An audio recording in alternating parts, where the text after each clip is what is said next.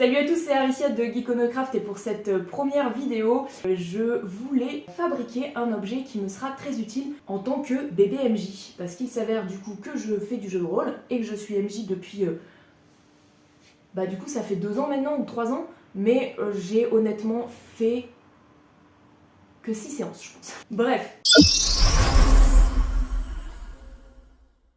Celui qu'il y a dans la boîte, il est en vrai parfaitement cool pour commencer et même pour continuer, pas de souci. C'est juste que pour moi, c'est pas idéal. Il y a énormément d'informations utiles dans le MJ Screen, des rappels de règles, etc. Mais moi, il y a pas mal de trucs que j'ai retenus ou que je m'en fiche d'avoir. Je préfère les avoir sur une toute petite feuille résumée à ma façon sur le côté, mais avoir le maximum d'infos sur mes mobs, sur mes PNJ, mais aussi sur mes joueurs. Comme ça, je n'ai pas à leur redemander toutes les 5 minutes. Est-ce que tu peux me redire ta perception passive? Est-ce que tu peux me redire ci et ça, etc. L'idée, c'était de faire la même chose avec un MJ Screen plus rigide. Le problème, c'est que celui-ci, il est parfaitement mou. J'en ai fait un, du coup, l'année dernière. Je vais vous montrer ce que c'était. Alors, je cache cette partie parce que c'est des infos pour mes joueurs. En gros, ça se composait de 3 panneaux comme ça, avec des bandes aimantées en haut et en bas. Il est bien rigide, il ne se plie pas, il ne tombait pas non-stop. En revanche, beaucoup trop fin. Je ne pouvais pas visser mes charnières dessus. Résultat des courses, je ne pouvais pas le refermer. Aujourd'hui, je vous retrouve donc pour faire la V2 du coup de mon MJ Screen. Cette fois-ci, j'ai un peu plus réfléchi avant de me lancer dans le projet. Et je suis allée acheter du MDF de 1 cm d'épais. L'épaisseur va me permettre de pouvoir camoufler des lights à l'intérieur. Voilà, histoire de faire un petit MJ Screen comme si c'était un MJ Screen vraiment très très stylé. Croisons les doigts. Le plan, ce sera quoi? On va garder les charnières, on va garder le principe des bandes aimantées sur le haut et le bas. Mes petites plaques de plexi aimantées qui viennent se poser dessus pour dessiner au marqueur, rajouter des infos, etc. Ça, je le garde parce que c'est vraiment bien. En revanche, on va partir sur 4 panneaux. Mon MJ Screen va se composer de 4 panneaux. Sur 3 des panneaux, je vais venir coller 2 bandes aimantées. Et sur le 4e panneau, je vais venir ajouter une petite commode pour mes figurines, ainsi qu'un petit tiroir à dés sur le bas de la commode. Je vais fixer mes panneaux de manière à pouvoir refermer le panneau de la commode sur les autres, histoire de fabriquer en quelque sorte une petite boîte à figurines, si jamais je dois balader mon MJ Screen. Les 2 panneaux du centre sont doublés. La commode sera modélisée en 3D puis imprimée. Sur les 2 panneaux extérieurs, je vais simplement coller un joli papier peint. Puis, je vais venir prendre en sandwich la seconde épaisseur de MDF, qui sera du coup, elle, percée, histoire de pouvoir recueillir les lumières. Elle sera donc prise en sandwich entre la première plaque de MDF et une couche de papier diffuseur, sur lesquelles je vais venir coller une sorte de papier collant effet bois, dans lequel j'aurai découpé le logo de Geekonocraft. Le tout sera complété par une Dice Tower, que je vais donc imprimer dans la foulée. Ce qu'il reste, c'est comment sera assemblé le MJ Screen.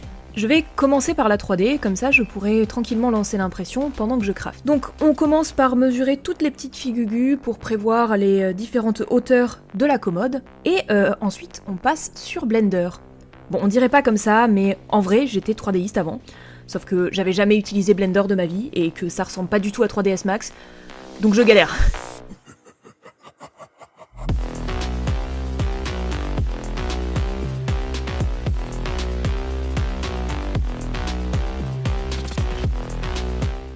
Ensuite, c'est au tour de la découpe du papier peint. On trace grossièrement le contour des 2 plaques et on retourne pour réaliser qu'on l'a coupé dans le mauvais sens. Accessoirement, on mal l'objectif, donc on recommence. Trace, découpe, trace, découpe. Yes!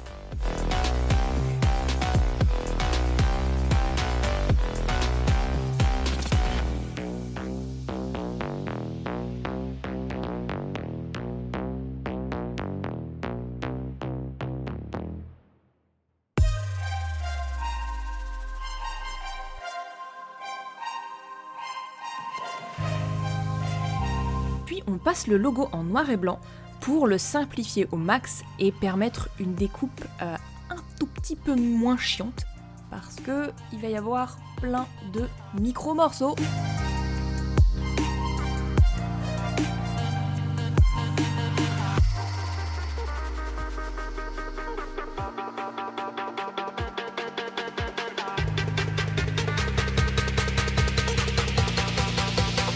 Maintenant, il est temps de passer au redouté moment du découpage du logo et de la préparation des panneaux centraux. Alors, ce collant effet bois, c'est super pratique, mais par contre, c'est aussi chiant que ça en a l'air pour le coller droit. Si jamais vous avez des astuces, je prends, on sait jamais si un jour je veux faire une V3. Bon, c'est pas tout, mais pendant que la Aricia du montage blablate en voix off, la Aricia du craft, elle teste enfin les lumières, et franchement, c'est cool.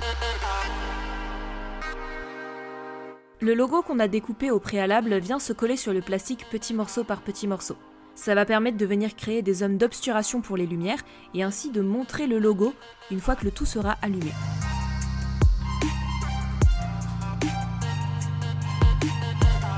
Ensuite, on va pouvoir venir assembler les 2 plaques de MDF des panneaux centraux qu'on va venir maintenir avec des étaux pendant à peu près 1 heure.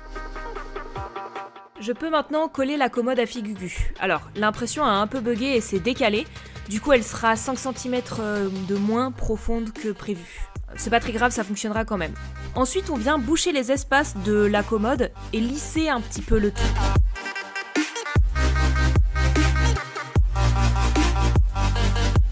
Puis, on vient recouvrir l'entièreté des parties de MDF qui ont besoin d'être peintes par du Mod Podge, histoire de l'étanchéifier et de faire que la première couche de peinture ne soit pas directement absorbée par le MDF.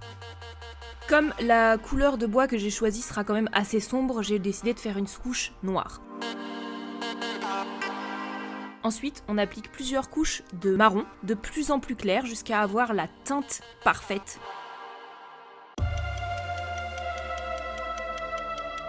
Et ensuite arrive l'étape très satisfaisante des détails avant une toute dernière couche de vernis.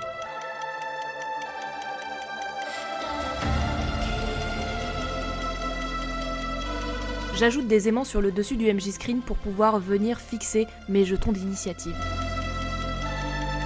Comme la face en papier peint de chaque panneau extérieur me semblait au final assez vide et assez pauvre comme ça, je vais donc commencer à travailler sur un petit cadrage tout simple que je vais faire en mousse Eva et que je vais ensuite peindre en doré.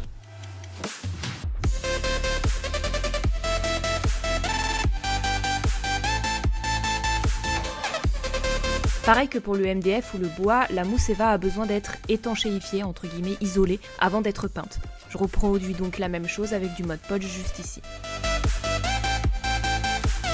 J'ai oublié de le filmer à ce moment-là, mais pour le coup, effectivement, j'ai donc ensuite fait de la peinture dorée sur tout mon cadrage en mousse Eva sur le contour. J'ai dû faire au minimum 3 couches, je pense peut-être même 4, je ne sais plus. Ça prenait très mal, ça ressortait pas assez. Et ensuite, rebelote, un petit coup de vernis.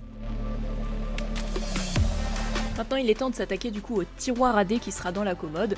Lui, il a eu un traitement assez simple, une sous-couche noire, une couche de couleur et un coup de vernis.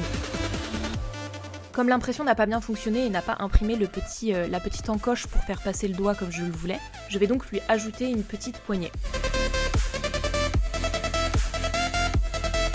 Pour la dernière étape de la confection de ce MJ Screen, il ne me restait plus qu'une lanière en faux cuir que je vais faire du coup pour pouvoir maintenir le MJ Screen fermé lorsqu'il n'est pas utilisé ou lorsque je dois, le cas échéant, le trimballer. J'ai donc utilisé un simili-cuir, c'est le même que j'utilise pour absolument tous les projets parce que je trouve qu'il est vraiment phénoménal. Il a un très très beau rendu. Le principe pour faire cette sangle sera relativement simple. On vient faire un revers sur l'intérieur, on rabat la couture sur l'endroit et on vient faire un second rabat avec 2 autres traits de couture par-dessus.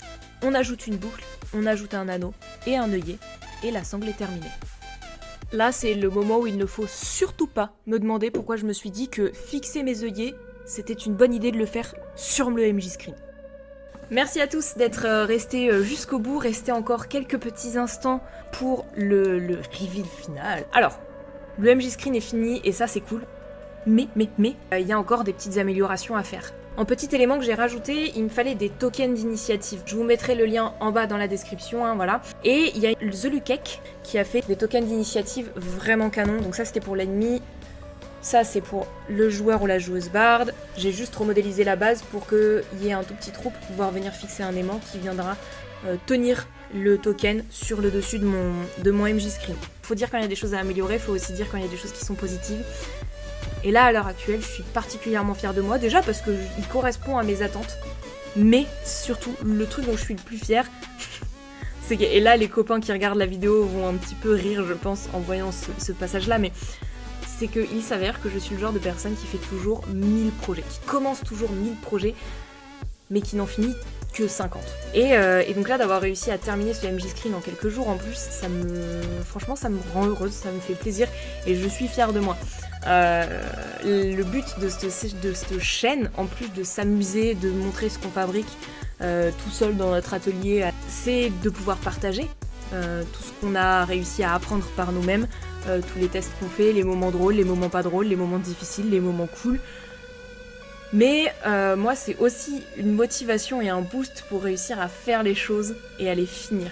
Parce que j'ai ce problème-là, effectivement, de désintéressement, de lassement. Voilà, bref, merci beaucoup d'avoir regardé cette vidéo. Je vous laisse avec le reveal final et à la prochaine. Salut!